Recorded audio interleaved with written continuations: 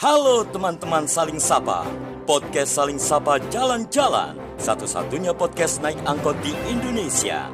Tayangan aneka info menarik di YouTube channel Taufik Sagwanto. Like, share, and subscribe.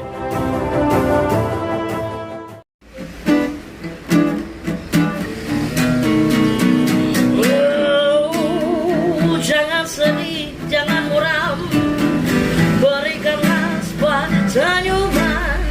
Ikutlah denganku kawan, podcast Saling Sapa.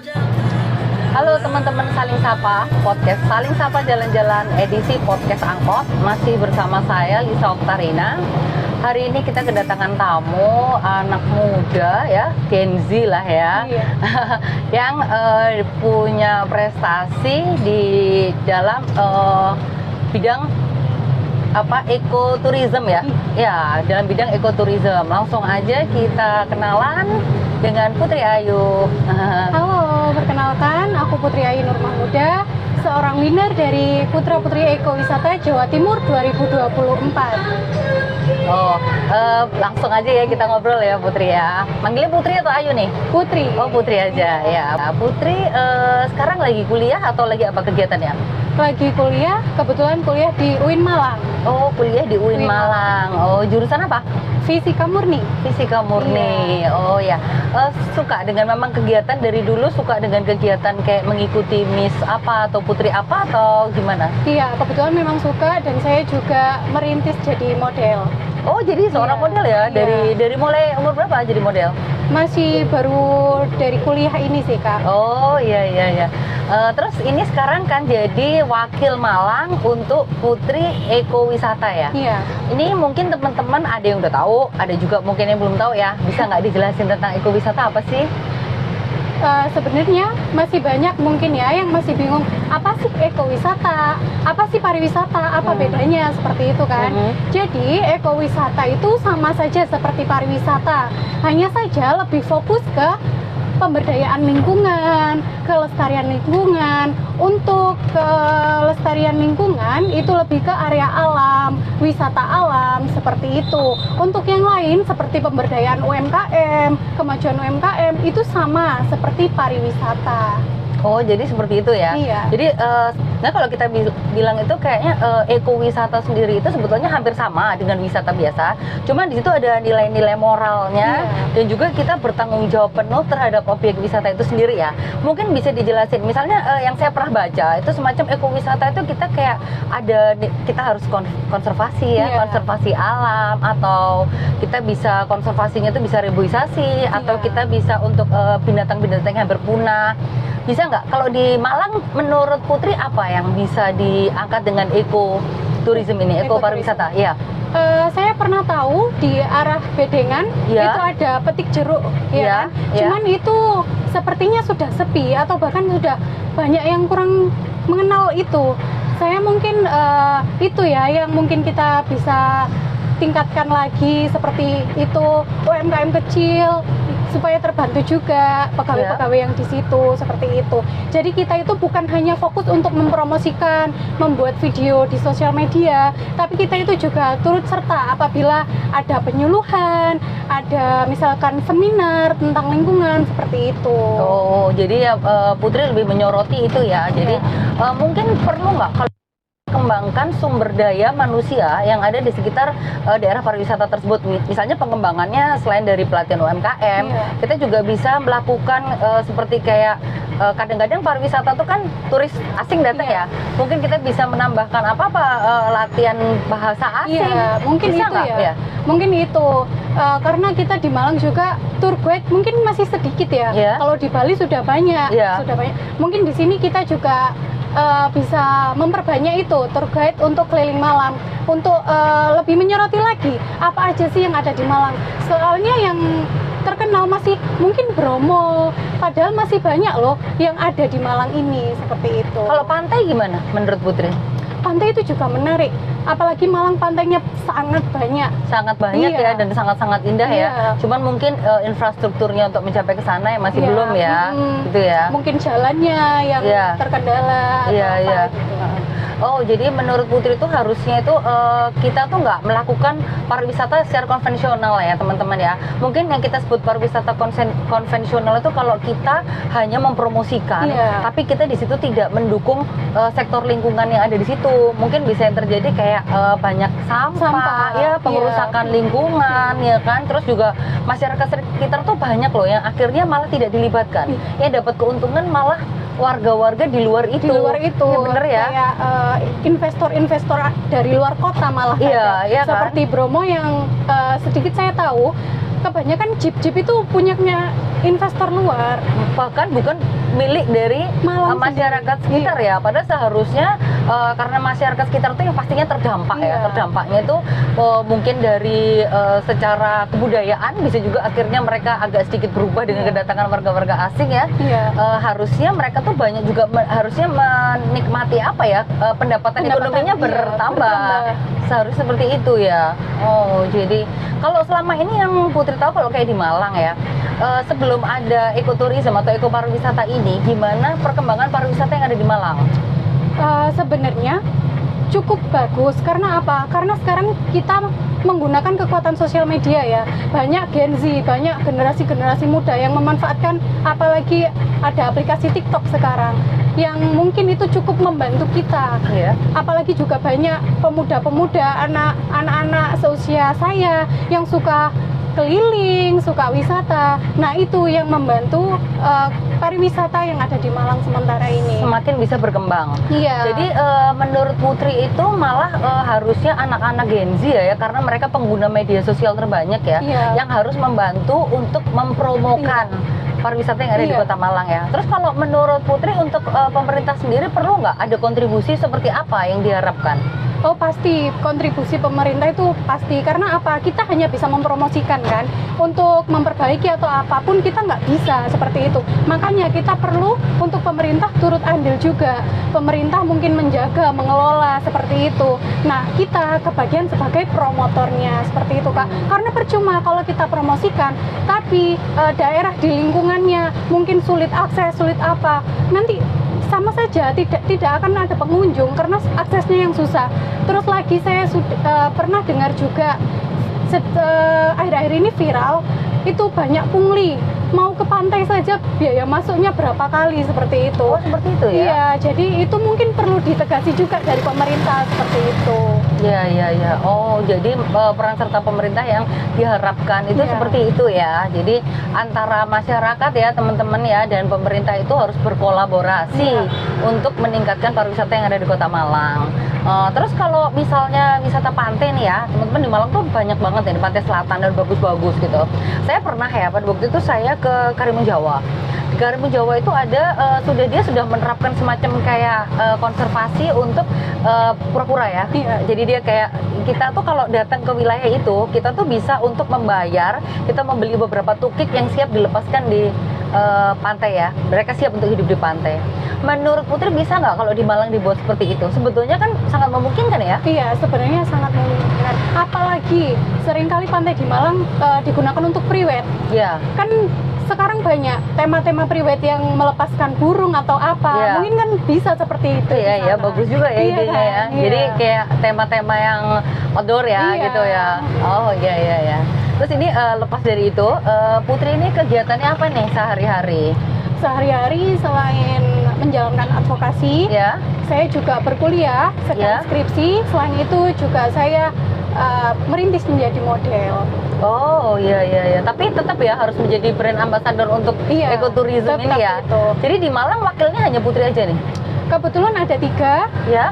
Yang lanjut nasional hanya saya. Oh setelah ini akan dilombakan di ajang nasional. Kapan itu ya? Bulan November. Oh bulan November. Oh gitu. Kira-kira materi apa yang akan dibawakan nih? Untuk sementara belum ya, karena ini saya mewakili Jawa Timur. Saya belum observasi terlalu banyak. Mungkin kalau di Malang ya kemarin yang bisa saya bawakan yang seperti kemarin. Cuman untuk persiapan masih belum ada karena saya perlu koordinasi juga dengan partner saya yang dari Putra. Oh iya. Tapi kalau menurut Putri sendiri dari sudut pandang ya, kira-kira daerah mana yang menarik untuk diangkat kalau di Jawa Timur? Nggak Malang aja nih. Jawa Timur. sebenarnya Bromo itu sudah menjadi nomor 3 kan di dunia. Saya terakhir baca seperti itu. Itu perlu loh kita kembangkan lagi gitu. Mungkin sekarang kan apa jalannya yang susah, jadi mobil TAF atau mobil Jeep itu susah untuk bersalipan kan. Mungkin yang dikhawatirkan beberapa pengunjung, ini aman nggak ya jalannya seperti itu. Mungkin itu bisa diperlebar untuk menambah daya tarik lagi kalau aksesnya sudah mudah loh seperti itu. Oh, jadi kalau menurut Putri Bromo itu sangat menarik ya? Iya, sangat kalau daerah ini nih Banyuwangi bagaimana? Karena kayak hidden game loh, iya, kayak Banyuwangi itu ya. Banyak banget. Kemarin itu ada apa ya, pantai. Jadi itu Pantai Berisik kalau tidak salah namanya, ada di sana. Iya. Itu saya malah belum tahu nih. Belum tahu. Ada Pantai Berisik. Jadi dia itu kita ada trek nanjak juga karena dari atas itu berisiknya itu sendu gimana gitu. Jadi gitu. kalau dinikmati sama Sendu senja, ngantuk gitu. iya, apalagi disambut dengan senja ya. Jadi kayak anak senja banget ya. Itu juga kurang di highlight karena apa? Jalannya itu sangat susah ke sana. Jadi sulit untuk dijangkau. Tapi sebetulnya kalau menurut saya ya, dengan jalan itu semakin susah atau semakin ini, itu ada beberapa mungkin kayak teman-teman yang suka kayak trekking ya. Iya, trekking. Iya. Itu malah tertantang ya. Iya. Karena kayak daerahnya masih sangat alami, alami. perawan lah kata-kata Iya, gitu ya. Iya. Oh, kalau ini Kawah Ijen benar nggak? Karena dia punya Blue Fire ya. Blue Fire nggak di semua. dunia cuma 2. Iya. Itu juga sangat menarik sih. Tapi ya itu tadi tergantung lah bagaimana pengelolaannya, mungkin dari trekkingnya atau dari pengawasannya seperti itu. Karena khawatirnya pengunjung itu kan banyak kan, kita nggak bisa mendeteksi yang dikhawatirkan pengunjung itu seperti apa. Tapi semaksimal mungkin lah kita keamanannya itu kita tingkatkan seperti itu. Tapi selama ini yang Putri pelajari, banyak kan memang kerusakan lingkungan disebabkan oleh pengunjung sampai di titik separah apa? Yang saya rasakan terakhir kali saya ke Bromo sebenarnya belum rusak ya, cuman tetap masalahnya masih sampah ya. Karena pengalaman saya ke Bromo itu saya bingung mencari tempat sampah di mana. Oh, jadi malah kurang fasilitas untuk membuang sampah di sana. Jaraknya itu terlalu jauh seperti itu. Sedangkan makanan kita, jajanan kita itu identik dengan saus-saus seperti itu. Oke lah kalau di luar negeri mungkin snack-snack yang banyak. Jadi masih mau menyimpan di tasnya sendiri atau seperti apa ya. Tapi kalau berminyak kita sendiri kan juga males untuk menyimpannya. Ya takut tas kita rusak nanti kita buang sembarangan gitu ya masalahnya ya. Oke. Oh ya nih, untuk mencapai posisi yang sekarang nih, itu kan pasti ada pencapaian dulu ya, tidak tiba-tiba langsung ya. Bisa nggak diceritain tuh sampai jadi ini winnernya tingkat Jawa Timur loh ya? Sebenarnya yang perlu dilawan itu rasa malas ya, karena itu kendala terbesar dari pribadi seseorang. Dan alhamdulillah saya bisa melewati itu. Untuk kendala-kendala lainnya itu sebenarnya banyak ya. Seperti halnya mungkin kan ada video challenge. Pada proses karantina itu ada video challenge, ada challenge lah. Nah itu saya sering cuman sendirian seperti itu. Jadi saya sulit untuk mengakses, untuk memasukkan momen-momen gitu yang bisa saya ambil sebenarnya. Karena saya merekam sendiri, di mana saya harus memposisikan wajah saya, di mana harus mengambil angle sekitar seperti itu. Itu sih kendala dari video challenge itu. Nah untuk persiapan lainnya itu ada di bakat. Jadi kita itu juga selain mempunyai personality yang baik, kita itu juga harus memiliki bakat. Kalau ada yang bilang, Kak aku belum punya bakat, berarti aku belum bisa masuk ke sini, belum bisa ikut ini. Oh enggak, kalian salah, kalian bukan tidak punya bakat, cuman kalian belum menemukannya, seperti itu. Dan kalian belum mengasahnya. Nah ya? benar. Terus misalkan ditanya, gimana Kak cara menemukan bakat itu? Kalian ikuti semua kegiatan, kalian nanti akan ketemu di situ. Gimana passion kamu yang paling ya? Nah, seperti itu. Sama seperti saya sebelumnya tidak tahu kalau bakat saya ini kaligrafi. Cuma suka bikin kaligrafi juga. Iya, jadi kemarin yang saya bawakan itu kaligrafi seperti itu. Saya tahu dari mana kalau bakat saya ini kaligrafi, dan sejak kapan saya tahu seperti itu ya? Saya tahu bakat saya ada di bidang kaligrafi itu SD kelas 6. Jadi mulai kelas 4 memang saya itu suka menggambar. Iya. Cuman saya kalau ke seperti animasi saya masih kurang seperti itu. Jadi saya asah ke gambar-gambar yang lain. Dan kebetulan waktu itu ada lomba kaligrafi ya, tingkat kecamatan. Akhirnya saya belajar secara otodidak, belajar dari YouTube. Oh kok bisa? Dan alhamdulillah saya waktu itu juga menjadi perwakilan dari sekolah saya. Dari situ saya kembangkan terus sampai kemarin ini saya bawakan bakat saya di ajang provinsi yaitu kaligrafi. Oh, kaligrafi. Iya. Oh, jadi yang kemarin yang dibawakan di sana, karena biasanya bakat itu kalau nggak Nari, dance, iya. dance misalnya mungkin speech Iya. atau apa gitu ya. Oh, ini kaligrafi ya. Kaligrafi. Kebetulan memang disarankan ya. Karena tari itu banyak, Iya. peserta yang membawakan tari itu banyak. Apa sih bakat yang bisa kamu bawakan yang beda dari yang lain? Dan alhamdulillah saya bisa membawakan kaligrafi tersebut. Itu gimana? Jadi penasaran ya, aku pengen Iya. tahu prosesnya. Jadi pada waktu menunjukkan itu mulai dari nol sampai jadi dikerjakan di sana atau gimana? Oh enggak, karena waktu penampilan bakat itu hanya 3 menit. Iya. Jadi saya mempersiapkan kaligrafi itu jauh-jauh hari. Selama pra-karantina di sela-sela kesibukan saya harus take video, mengikuti Zoom online seperti itu. Saya harus menyempatkan juga membuat kaligrafi. Seperti itu. gitu. Jadi waktu penampilan bakat, saya membawakan karya-karya saya dan mempresentasikan karya-karya saya seperti itu. Tapi apa yang membuat Putri ini tertariknya menjadi duta ekopariwisata? Kan ada misalnya duta-duta yang lain ya. Iya. Misalnya bisa duta kayak Miss Indonesia atau Iya. apa. Kenapa tertariknya ke pariwisata? Mengganggu kah selama ini menurut Putri pariwisata kita kurang berkembang atau bagaimana? Sebenarnya tidak, karena saya sendiri juga suka wisata dan Oh. kebetulan sukanya di kawasan alam seperti itu. Jadi dari asalnya dari Sendang ya? Iya, Karena senang. karena senang. Terus ya itu karena saya tahu kendala juga di Bromo kok kurang tong sampah dan sebagian juga memang beberapa ekowisata seperti itu akses sampahnya yang susah. Terus saya kebetulan belum pernah mendaki ya. Saya kepo sekali tapi Tertarik ya iya, dengan mendaki ya? Iya. tapi belum diizinin sama orang tua. Oh. Jadi sementara ya sudah. Nah, saya baca-baca juga kendalanya mereka itu juga itu di sampah itu tadi dia harus Sangat mengganggu ya? Iya, Sangat dia mengganggu ya? harus mengumpulkan sampahnya dan membawa turun ke bawah seperti itu. Nah, itu mungkin yang jadi highlight ya. Atau mungkin bisa diberi tong sampah atau bagaimana di atas, nanti ada petugas sendiri atau bagaimana seperti Jadi itu. bisa diatur secara teknisnya Iya. bagaimana? Yang itu yang sangat-sangat mengganggu ya. Terus harapan Putri ke depannya apa nih? Apakah setelah ajang ini ada ajang-ajang lain yang ingin Putri ikuti selain pariwisata ya? Sementara ini saya ingin fokus dulu dengan apa yang saya raih sekarang. Nanti kalau misalkan jabatan saya sudah selesai, masa kerja saya sudah selesai, Berapa tahun masih jabatan? 1 tahun. 1 tahun. Iya. Kalau sudah selesai, mungkin bisa saya nanti melirik ke yang lain. Oh, ada nggak ini kayak cita-cita kepengen jadi pengusaha kaligrafi gitu? Nah, itu juga Kak. Aku sering banget nih disaranin Iya. sama temen-temen, kenapa nggak dijual aja sih seperti Iya, itu? iya. Oh, sampai saat ini belum dijual nih? Belum. Oh, masih untuk konsumsi iya, pribadi? kayak, ya udah seneng-seneng bikin Senang aja. gitu. Iya, iya, iya. Sebenarnya sudah banyak saran masuk untuk Iya. dijual ya. Heeh. Cuman saya tuh masih bingung kayak ini dihargai berapa ya?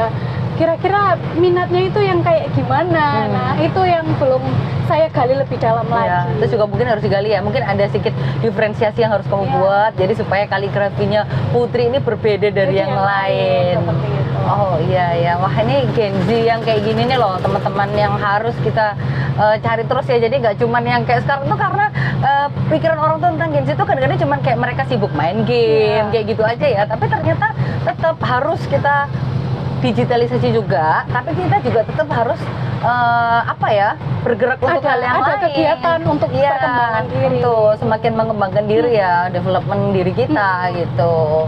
Makanya Iya, itu iya. tadi Kak, aku bilang sebenarnya tantangan terbesar itu dirasa malas. Malas Itu ya. tadi. Jadi kenapa? Menurut kamu banyak teman-teman kamu yang malas? Iya, sebenarnya dia itu ada loh yang ada di diri mereka yang bisa dibangun, yang bisa dikembangkan. Hanya saja itu, kadang rasa malas, kadang keterbatasan dana. Oh karena keterbatasan. Tapi Iya. sebetulnya kalau masalah dana ya teman-teman itu kita masih bisa usahakan ya. Iya. Yang paling berat itu adalah mengalahkan diri kita sendiri, yaitu Iya, rasa malas. itu rasa malas. Iya kan? Karena kita mungkin ya dari pemerintah nanti bakal dibantu.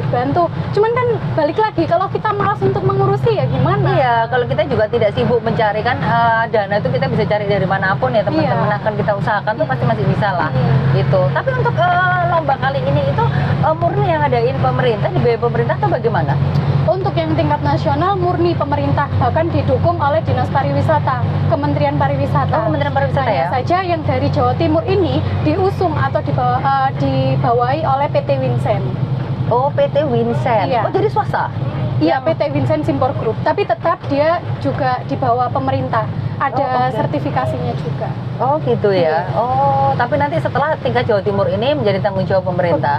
Oh, nanti yang ditampilkan apa? Ada nggak kayak seperti yang kita tahu tuh kayak Miss Indonesia atau apa tuh kan kita membawakan baju daerah atau apa? Ada juga kayak gitu? Iya, kan memang prinsipnya pariwisata seperti itu. Kita mengenalkan budaya. Iya, budaya.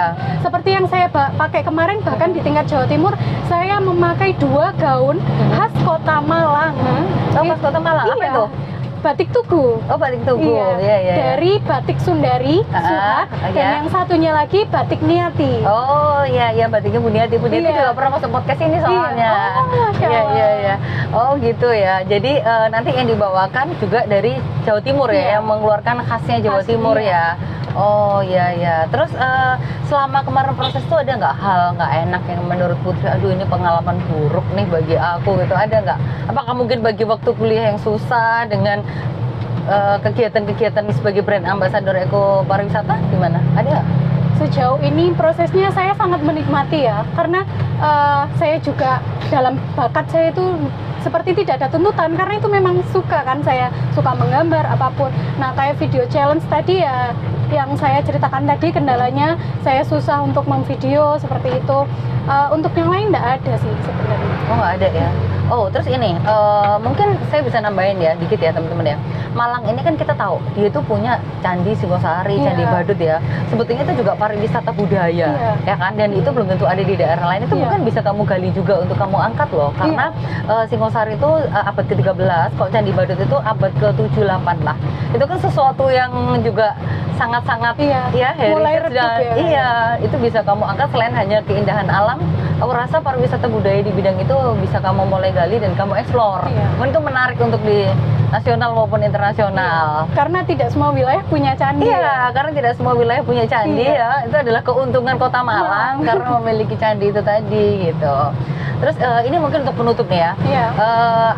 Coba kamu kasih tahu nih teman-teman seangkatan atau para Gen Z, kira-kira quote apa yang menurut Putri ini harus kita ini untuk develop diri? Seperti yang saya katakan tadi, rasa malas tuh harus dilawan.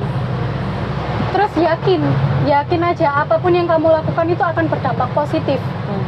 Oke, kita tidak menerima imbalan secara instan sekarang ya, tapi di kemudian hari, di masa depan itu akan berdampak sekali. Seperti saya, mungkin saya dulu cuma suka-suka aja kaligrafi, tapi kita nggak pernah tahu, kadang kita membutuhkan itu loh di suatu momen, di suatu saat seperti saya ini. Kaligrafi turut andil loh menjadi kesuksesan saya di bidang meraih winner ini seperti itu. Gitu ya. Jadi yang pertama kita harus lawan rasa malas ya teman-teman. Terus yang kedua, apapun kita lakukan, walaupun kita nggak lihat ini ada hasilnya atau enggak, kita jangan hitung-hitungan hasil dulu lah. Misalnya ini menguntungkan atau enggak, itu jangan dipikir di depan, tapi lakukan aja. Karena kita nggak pernah tahu, mungkin hal yang semula kita pikir, oh ini tidak menghasilkan sesuatu, itu ternyata bisa kita pakai di saat-saat tertentu dan itu bisa develop diri kita gitu ya, seperti itu. Dan mungkin konsistensi masuk kan, kita harus konsisten dengan apa yang kita lakukan. Jadi kita nggak boleh nyerah. Kalau toh itu menemui rintangan, harus dilawan. Karena itu memang proses kita untuk menjadi lebih baik lagi. Gitu ya teman-teman. Terima kasih atas podcast pagi ini. Terima kasih ya Putri ya sudah memberikan pencerahan nih untuk teman-teman Gen Z. Sampai ketemu, sukses untuk pemilihan di tingkat nasional. Sampai ketemu teman-teman di podcast angkot berikutnya. Assalamualaikum warahmatullahi wabarakatuh.